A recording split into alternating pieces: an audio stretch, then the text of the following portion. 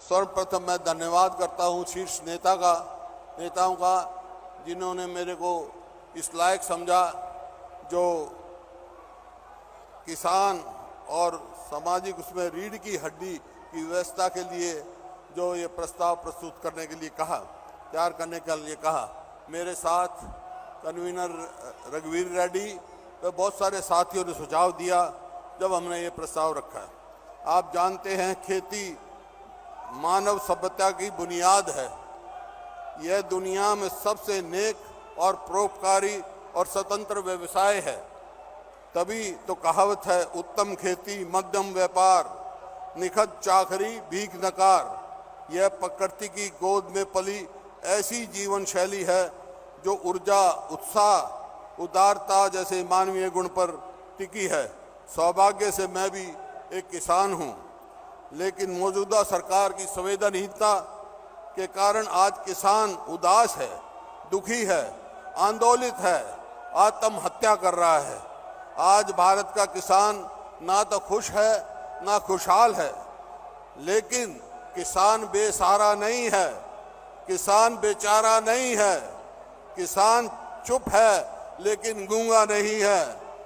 लेकिन किसान गूंगा नहीं है और किसान चुप है, सो रहा है लेकिन मरा नहीं है।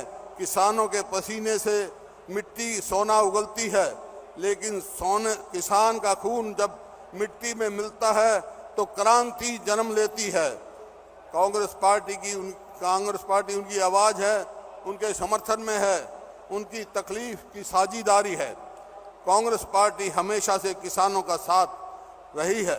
भारत के राष्ट्रीय स्वतंत्रता संग्राम में ज़्यादातर किसान मजदूर के संघर्ष की गाथाएं हैं।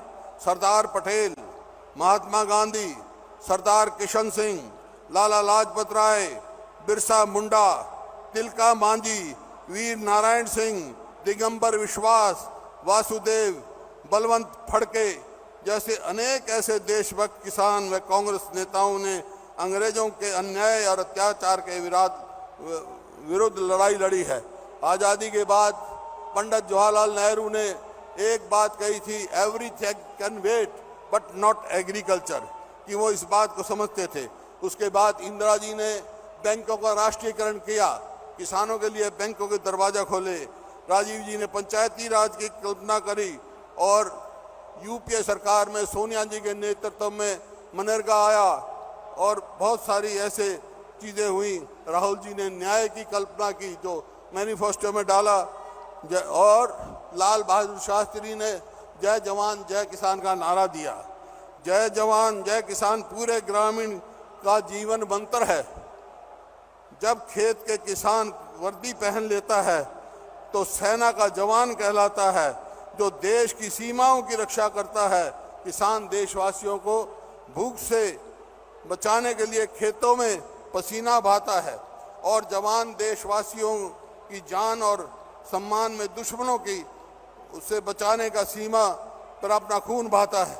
आज विडंबना है कि मौजूदा सरकार जवान विरोधी अग्निपथ और किसान विरोधी नीति लेके आई है।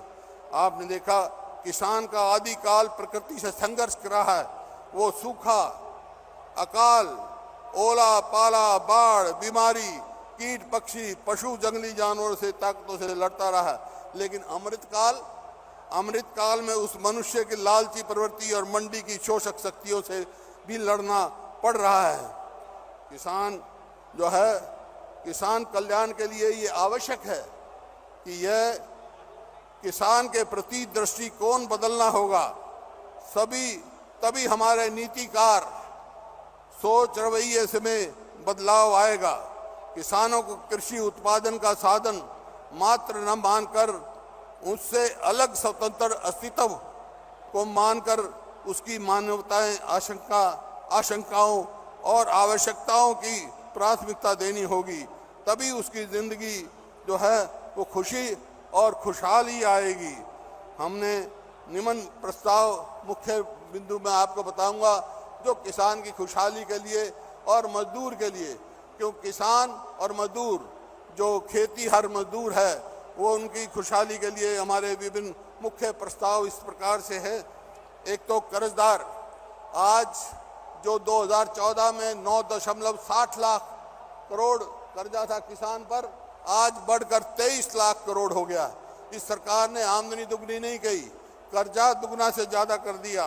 तो उसके लिए हमारे को सबसे पहले किसान के राष्ट्रीय ऋण की दाम बढ़ेगा और ऋण माफ़ी से लेकर ऋण मुक्ति तक हमको ले जाना है।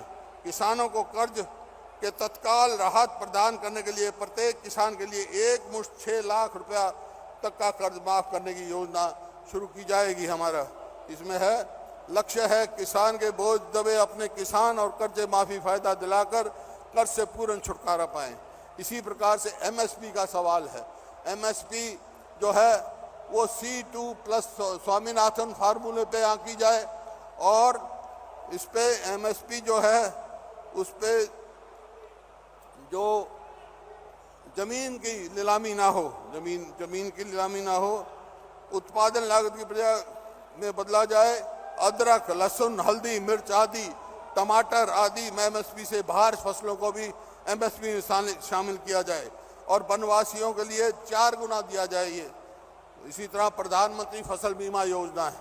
प्रधानमंत्री फसल बीमा योजना तो एक कंपनियों के, प्राइवेट कंपनी है, उनके मुनाफे में बदल गया। 34,000 करोड़ मुनाफा कमाया उन्होंने।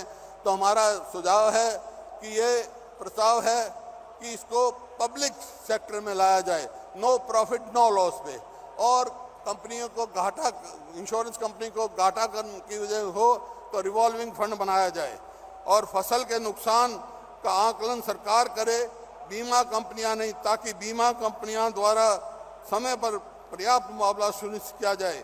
भूमिहीन खेती मजदूरों के हितों की रक्षा के लिए उनके मुआवजे का भी हिस्सा उसमें रखा जाए, ये हमने कहा है। इसी प्रकार से किसान की आय दुगनी करनी है। 5 एकड़ तक जोत वाले सभी किसानों की प्रति 10,000 रुपये एकड़ प्रत्यक्ष व्यवसाय सहायता निश्चित किया जाए। किसान और खेती मजदूर कल्याण के लिए उनके लिए अलग से शिक्षा, स्वास्थ्य आदि कल्याणकारी योजना का फायदा दिलाने के लिए किसान, खेती और मजदूर और काश्तकार की पहचान पत्र उपलब्ध करे। किसान व खेती और मजदूरों के लिए एक अलग पेंशन योजना का विचार करेंगे। किसान के लिए मानव पशु संघर्ष जानलेवा बनता जा रहा है। हम किसानों को जीवन और उनकी फसल छुटा जंगली जानवर को बचाने के लिए पर्याप्त कदम उठाएंगे। इस समस्या को खत्म करने के लिए छत्तीसगढ़ की मौजूदा कांग्रेस सरकार की नीति का अनुकरण करते हुए राष्ट्रव्यापी नीति बनाएंगे। इसी प्रकार से लैंड एक्विजिशन एक्ट जो 2013 में हम लेके आए थे राहुल जी, और वो इस सरकार ने डिल्यूट कर दिया, उसको फिर हम सख्ती से लागू करने का काम करेंगे। गोदाम और भंडारण बढ़ाने का काम करेंगे। किसानों के लिए जीवन बीमा और स्वास्थ्य बीमा, किसान और भूमिहार मजदूरों के लिए जीवन बीमा और स्वास्थ्य बीमा और न्याय का जो राहुल गांधी ने लाया था वो लागू करेंगे। और जिस प्रकार से छत्तीसगढ़ सरकार ने राजीव गांधी न्याय योजना शुरू की है, 9,000 रुपये एकड़ दिया है, उसमें हम 10,000 रुपया प्रति एकड़ देने का काम करेंगे। सिंचाई परियोजनाएं हम सब लेके आएंगे। मनरेगा जो सोनिया जी की अध्यक्षता में यूपीए सरकार ने एक अद्भुत फैसला किया था, कांग्रेस मनरेगा का नया स्वरूप देकर उसका विस्तार करके संकल्प लेती है। रोजगार के गारंटी शुदा दिनों में बढ़ाने, मजदूरी बढ़ाने, योजना को कृषि गतिविधियों से लघु सिंचाई, जल निकाय बारी, बंजर भूमि के उठान के जोड़ने का काम करेंगे। इसी प्रकार से जो कृषि का विपणन है, जो आज सरकार एफपीओ बना रही है, वो कंपनीज एक्ट में रजिस्टर कर रही है। इसका मतलब यह है कॉर्पोरेट सेक्टर फिर जो कमज़ोर हमारी कोऑपरेटिव सोसाइटीज़ है उन पे कब्जा कर देंगे।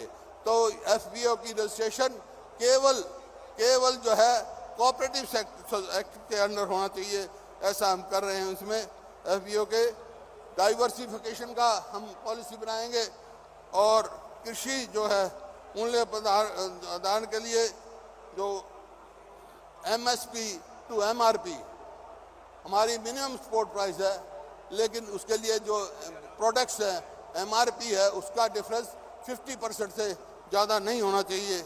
इसी प्रकार से जो एग्जिम पॉलिसी है, एक्सपोर्ट इंपोर्ट पॉलिसी है, वो किसान के हित की होनी चाहिए और किसान ही फैसला करें किस चीज़ का एक्सपोर्ट हो, किसका इंपोर्ट हो, क्योंकि आम तौर पे ऐसी एक्सपोर्ट इंपोर्ट पॉलिसी बनाई जाती है जो किसान का अहित करती है।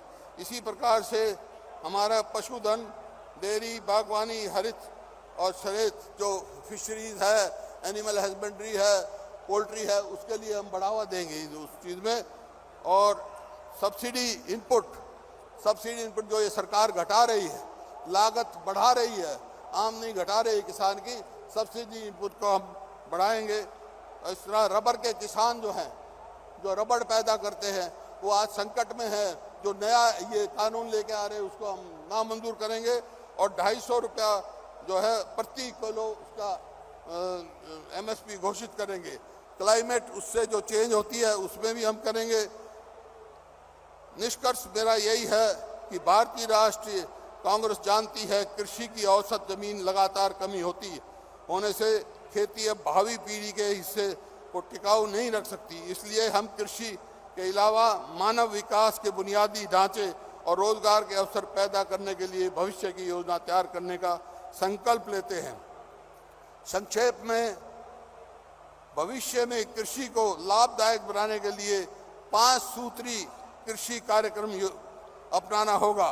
कृषि उत्पादन में वृद्धि, किसान और मजदूरों की आय में फसलों के उचित उस पे देकर बढ़ाना, किसान आधारित पशुपालन आदि से अतिरिक्त आयु जुटाना, बिचौलियों से राहत, उपभोक्ता और कंज्यूमर में 50% का ज़्यादा डिफरेंस नहीं होना चाहिए। प्रोड्यूसर और कंज्यूमर में 50% से ज़्यादा डिफरेंस नहीं होना चाहिए।